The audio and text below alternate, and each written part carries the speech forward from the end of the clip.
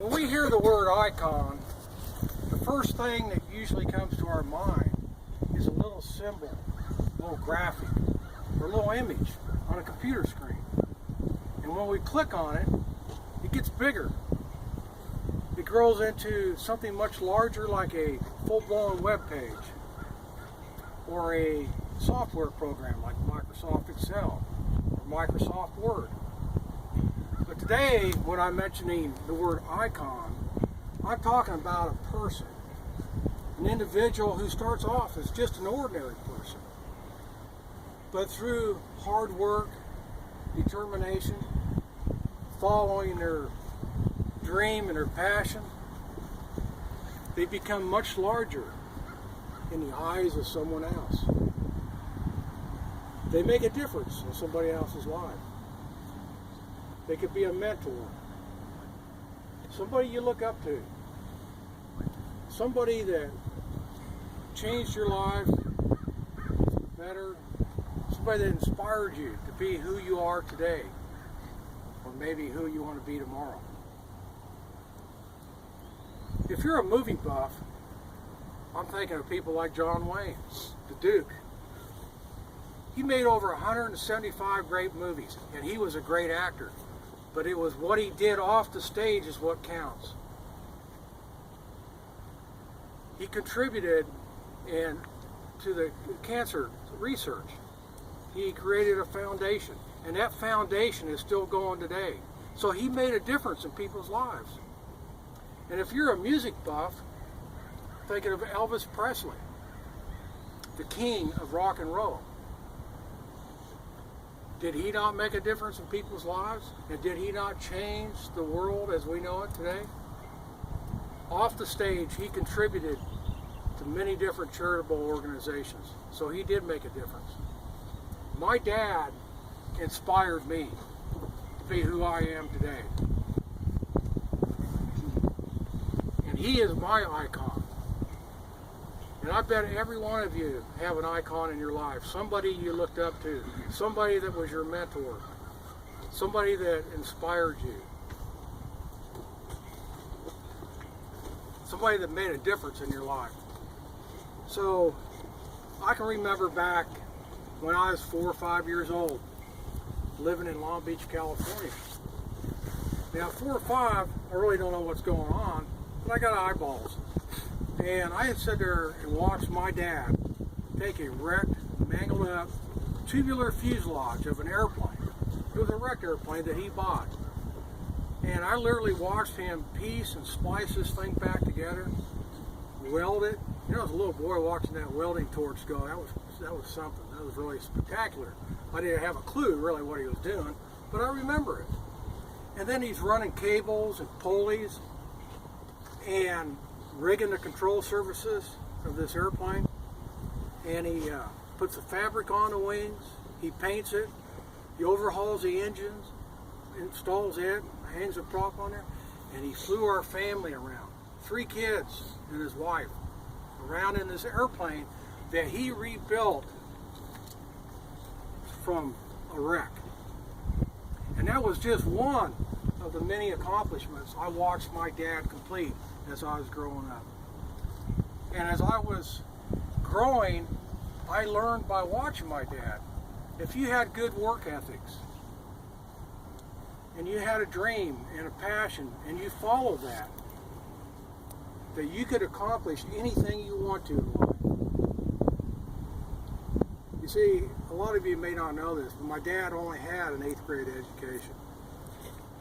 But that did not get in his way of his passion and his dreams. When he was old enough to go into the military, he joined the Navy, and he earned his GED, high school equivalent. And he spent 2 years on a heavy cruiser, USS St. Paul. And because he served his nation and protected our freedoms, he earned the GI Bill. And like a lot of GIs, they throw that away. They don't ever use it. Not my dad.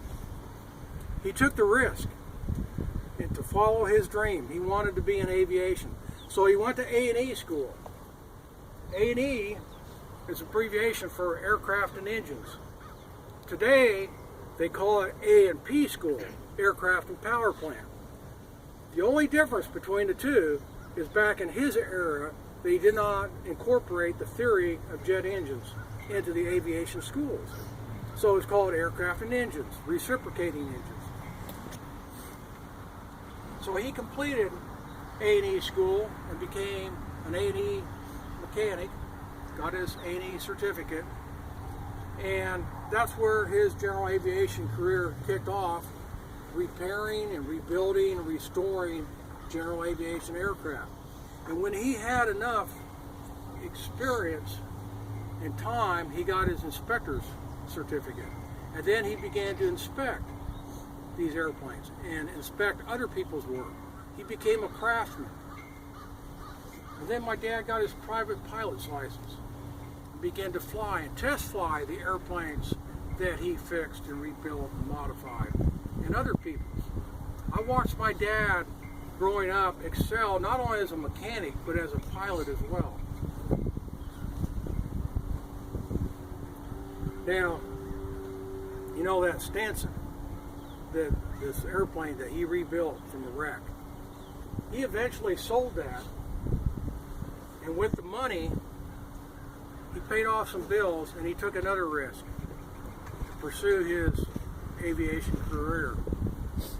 He sold it, and with the money paid his way through flight engineer school in Spartan in Tulsa, Oklahoma. So he literally had to leave his wife and kids, and Mom did a great job taking care of us kids, but he literally had to take time away from the family and move clear to Tulsa, Oklahoma to go to flight engineer school.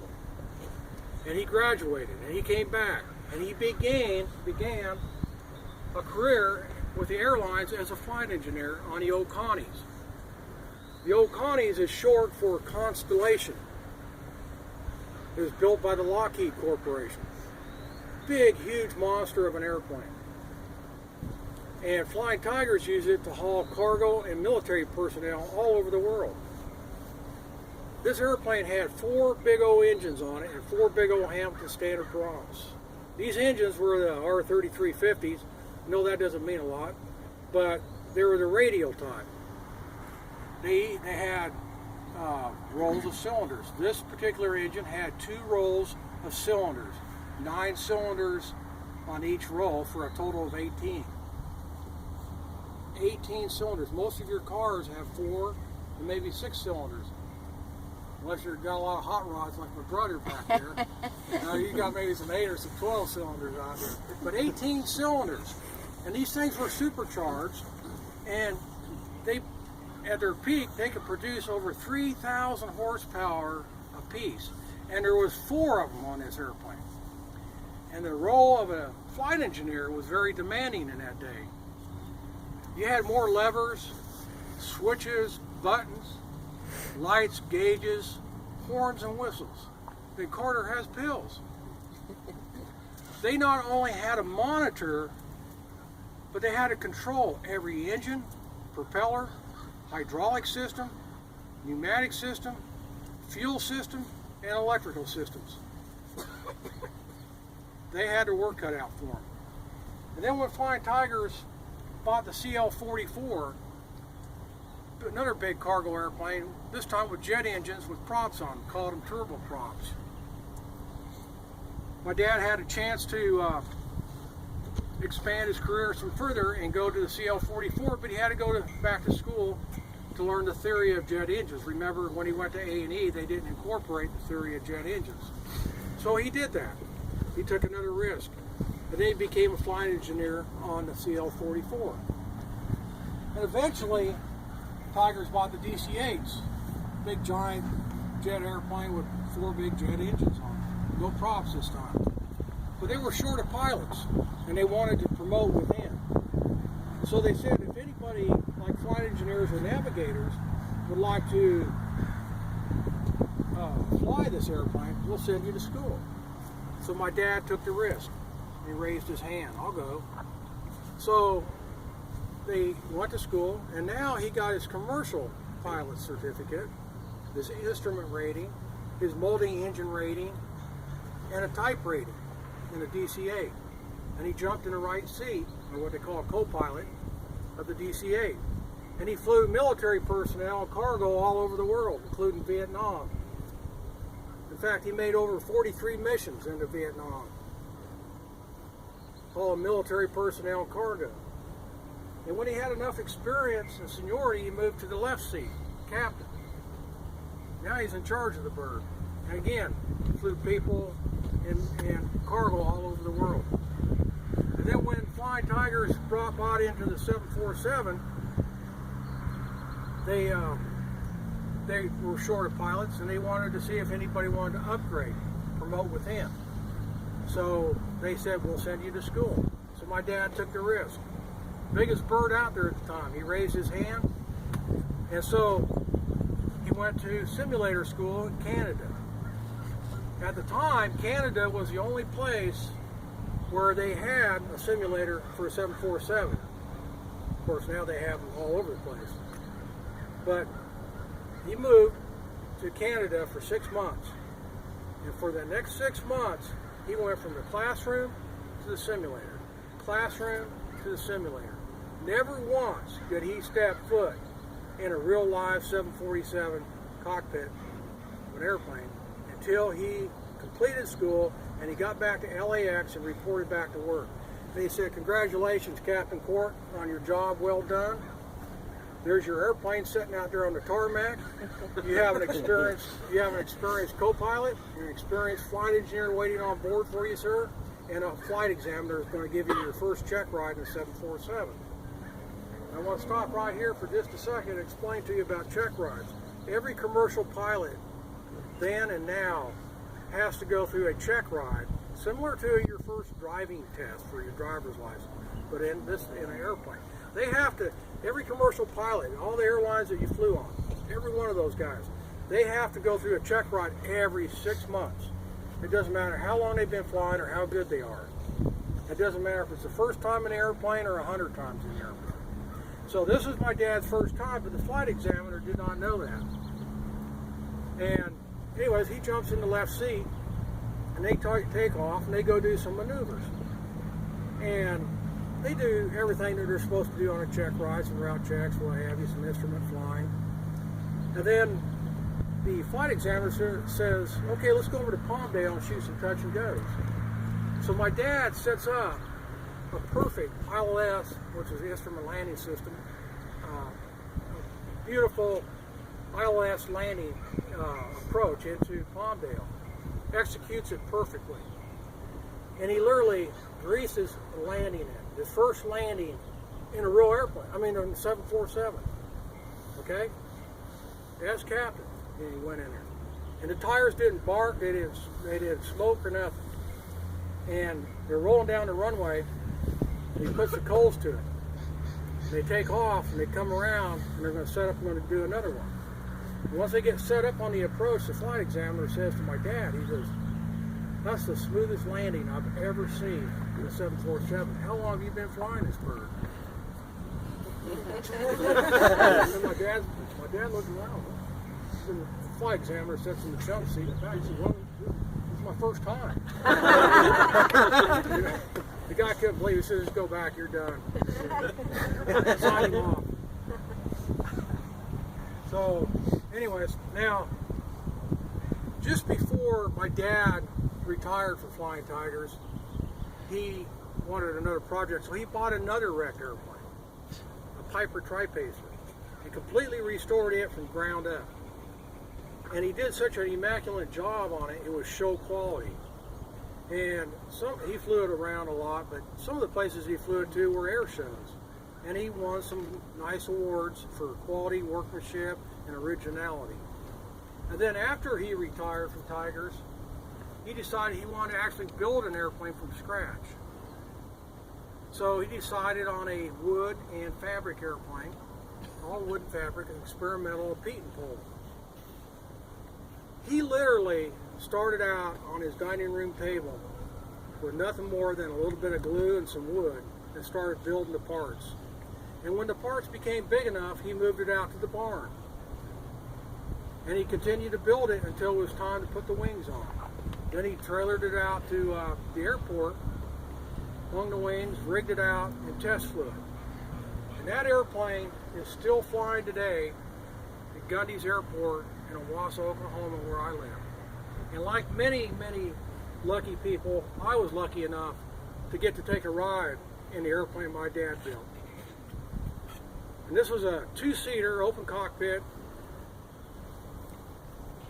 tandem seating, and I was sitting up front. It was a beautiful Saturday morning, and the new owner was flying, and he was behind me, and I was just enjoying the nice ride with the air blowing across my face, looking down over the landscape, and all I could think of was, wow, my dad built this from scratch, and I've trusted my life in his hands.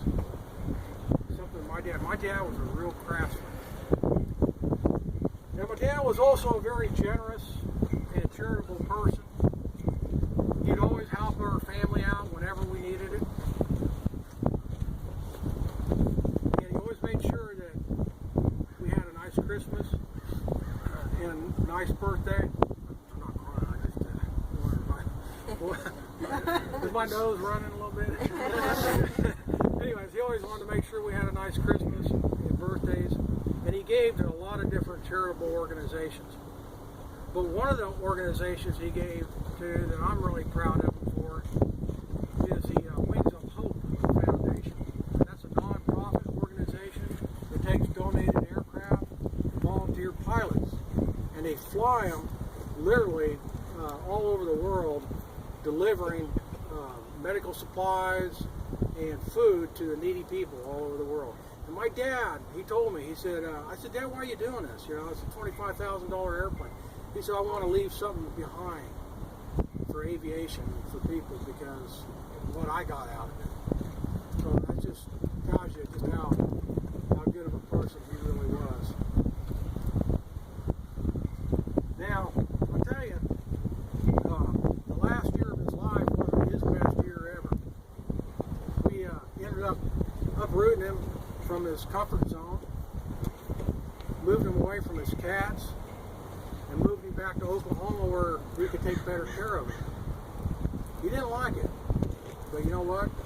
Just like every other obstacle that he's come across in 84 years, he was 84 at the time, he tackled it head on. And he finally accepted it, he adapted, he overcame, and he adjusted very well. I couldn't believe how many friends he made in that short period of time there. I think that my dad, well, I always thought that I knew my dad, and I do, but there's some things I didn't know about him, and one of them was I didn't realize what a chick magnet my dad was. I mean, I guess I'm a guy, I don't look at that sort of thing, but in assisted living and nursing homes and everything, it probably is 10 to 1. But I mean, I know he was kissing on a girl in 3 weeks that he was there. and they loved him to no end. And it was a blessing to have my dad back home, so close to us, where my whole family could take turns visiting him on a daily basis. And no, he didn't have all the material things that he worked for, but he had family, and that was important in his last year of life. And my dad also had a real humorous side to him too. He loved to play jokes, pranks on people, and whenever he'd fly into Boston, he'd visit Jack's joke shop and buy little gizmos, and I won't repeat what some of them are. But if you ever had the opportunity to visit him and use his guest bathroom, you might have been surprised if you sat down on the toilet, that little pressure-activated device that said, "Hey, I'm working down here." It scared the bejesus out of you. Of course, he'd get the biggest trick out of that. Anyways, the other deal was his little dollar snatcher. This is his favorite little deal. He loved to do. Little dollar snatcher. You put it down on the ground. You can't hardly see the spring. And he'd say, "Excuse me, I think you dropped some money," and he'd reach out and pick it up and he'd snatch it.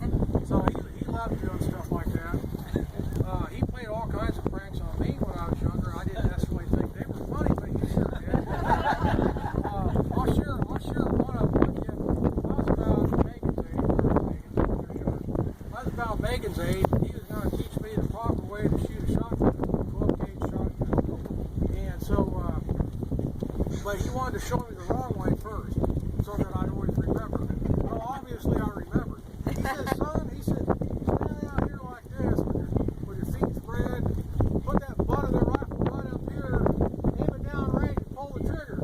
And then I'm thinking, this don't seem right now. I watched some cowboys and Indians. They were black and white movies. I watched some cowboys and Indians things, and they weren't standing like that. But you know, this is my dad. You know, you're supposed to trust your parents, right? Okay, they're always right, right? The parents are always right. So I pulled the trigger, and on them fanny I go. Well, needless to say, I didn't think it was funny, but he was rolling laughing. And I think that's why my dad lived such a good life, long life that he did, is because he never forgot how to laugh. He always loved playing pranks and stuff on people and having a good time. He lived his life to the fullest. Now I've been up here blabbing on quite a bit, so I'm going to wrap it up with this. I heard a theory or a term, I guess you could say, a while back, and I want to share that with you. It's called the tombstone effect. And that is when somebody walks through a cemetery and they happen to read the inscriptions on some of the headstones, you can usually tell a lot about a person. About how they lived and if they made a difference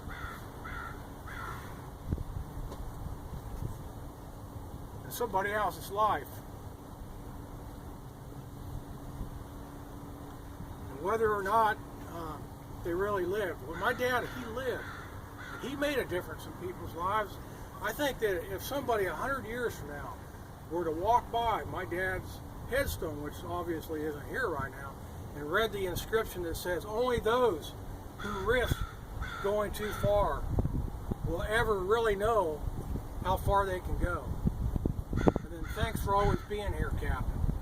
I think they're going to know that my dad was a player. He went places. And he was determined. And he made a difference in people's lives. And he was an icon. Thank you very much.